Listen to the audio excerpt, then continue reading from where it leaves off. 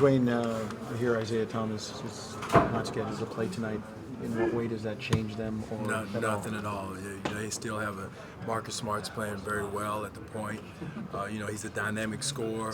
We'll miss having to worry about him going where he wants to go with the basketball, but they're still a very potent team with Smart moving in and taking over his spot. Dwane, the first time you've seen them since the addition of Al Horford, what does he do for them? What is he going to change in terms of what you guys might or might not be able to do? Well, he gives them a definite post-up element. He's an all-star player that plays the post, can pass out of the post, he can score out of the post. He stretches the floor for him. Just a bona fide, star player that they can go to in the post. Not saying that they haven't had that before, but he gives them that element. You got to worry about matchups. Then he goes to the 5, the new stretch 5 that goes to that position. So, he gives them a different element, a different look, and at the 4 and the 5. You sense a little more juice from your guys, and just the fact that everybody's talking about how Boston has improved over the last few years. They've always given you tough games. People are talking about them challenging for the division. It's the first. No question. They're right there with us. The team that we're looking at right there in our division, in our conference. Talent-wise, they're one of the most talented teams in the Eastern Conference. So we know who they are, what they are, and if you can't get motivated for this game, you're not going to get motivated for very many games at all. Just because where the two teams are, basically. Is there a little extra between those two teams now? Well, again, like I said, they're right there with us. Again, I think it's the Eastern Conference is really bunched up. A lot of talented teams in the Eastern Conference. New York in our division. So, yes, it should be a little extra competition, rival, whatever you want to call it, to come in. And again, the tradition of the Celtics tradition. I grew up as a Celtic fan and admirer, and I knew Mr. Ramsey very well, Frank Ramsey, with the Celtic tradition, Roby. So I've had a lot of friends that have played here. So know what this tradition is all about, and it should be exciting. It is exciting for me, and it should be exciting for our players to come in and compete. What were you able to see out of Jared Sullinger before the injury? Well, he gives us the same thing that Al Horford gives to the Celtics. A guy that can space the floor, a post-up threat, a passer, a player with a lot of intellect to play that position, experience. I don't know, I think he started, 79 games for them last year. So he gives us that experience at that position, and we're excited for when he can come back. When can he come back? We're not sure. There's no definite timetable on it yet. Someone said 4 to 5 weeks. I don't know. Don't want to put a hard deadline on that, but that's kind of where it is now. But it's going to be up to him. It's when he his pain threshold. He's been working his behind off, in the pool and what he can do, and he still can't. He can barely put weight on it, but he's been working to try to get back, and we're anxious to get it back. 4 to 5 weeks from now. Yeah. Okay.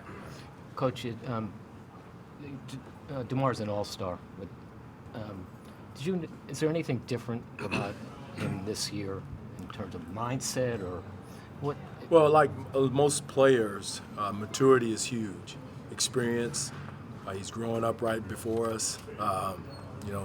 He's not getting sped up by the defense. Double teams doesn't bother him anymore. He can, makes good decisions out of double teams. So just the maturity, the Olympic experience that he had last summer, being with the team, winning the Olympics, is giving him a level. He and Kyle both a level of confidence of what they can do on the floor. So Father Time is great for everybody. Kyle is playing extremely well. He's second in minutes right now to Anthony Davis. How closely do you monitor his playing time, and is it a concern at all? It is very much of a concern. It's a big concern. We watch it, and we try to keep it down as much as we can, but at the same time, we're trying to win games. If we don't win enough games, as many games we did last year and worried about resting players, we don't get home court advantage last year. So we have it in mind, but most of all, we're trying to win games, and we're going to be smart we're smart when we We use him in practice, shoot-arounds and stuff like that. So, but we were very cognizant of minutes and you know, his usage. You mentioned DeMar DeRozan's production earlier. How much does his pristine footwork play a role in his ability to score the basketball? A lot. You know, he was a student of Kobe's. Watching Kobe grow up, his footwork, he emulated him. I know a few years ago we got some tapes of Kobe and his ISO situations. He watched them. So yes, that has a lot to do with his production, his efficiency, is his footwork, now his ball handling in those situations. How does footwork set guys apart? Like, can it make a good player great or an average player Oh, great? it can make him great because, you know, you get separation, you can step guys off, get defense off of you, you can fake with your feet, you know, but the main thing he does a great job of, he creates space with his footwork, with his jab steps, with his pivots. You know, he worked with Akeem a few summers ago and, you know, got some of his footwork, so that helped him also. So he does a good job in his post-ups and his ISOs with his footwork. When Jared was in Boston, he had problems with his weight. Are you concerned about his conditioning? Because he has to be off his foot, obviously. No, he's not. He's doing an excellent job with his conditioning. His weight is down. No, we're not concerned at all. Hey, Coach, it's been just about over 3 years since you guys got Patrick, and you know his numbers don't always stand out in the box score or whatever, but you guys have always been a better team with him on the court. What does he bring? What does he do? He's a glue guy. A lot of his measurements can't be measured by numbers. His energy, his intellect helps us. His ability to stretch the floor. He's shooting the ball much better now than he was at the beginning of the season, which kind of is his MO. He's kind of our spirit on the court. Rebounding, defending, different positions. He's one of our better defenders at guarding guys like James and Carmelo and the big body threes for our team. So he's a multifaceted utility guy for us. I mean, he's kind of a spirit of our team, both ends of the floor. After Jonas had played so well in the playoffs last year, did he come back? Even you talked about maturity. Is he also one of those? Yeah, Jonas is growing. His game is growing. Last night he had 20 points. He's knocked down jump shots. It was up and down a little bit before that, but I don't think there's anything that seeing the ball go through the hoop a few times will not help.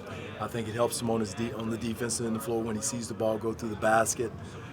Gives him a little bit more energy, more focus and juice, and which does almost all players. So we're excited about Jonas. He's a big part of what we do. He's one of our best screeners, great hands, one of our best free throw shooters. So we're excited about his growth.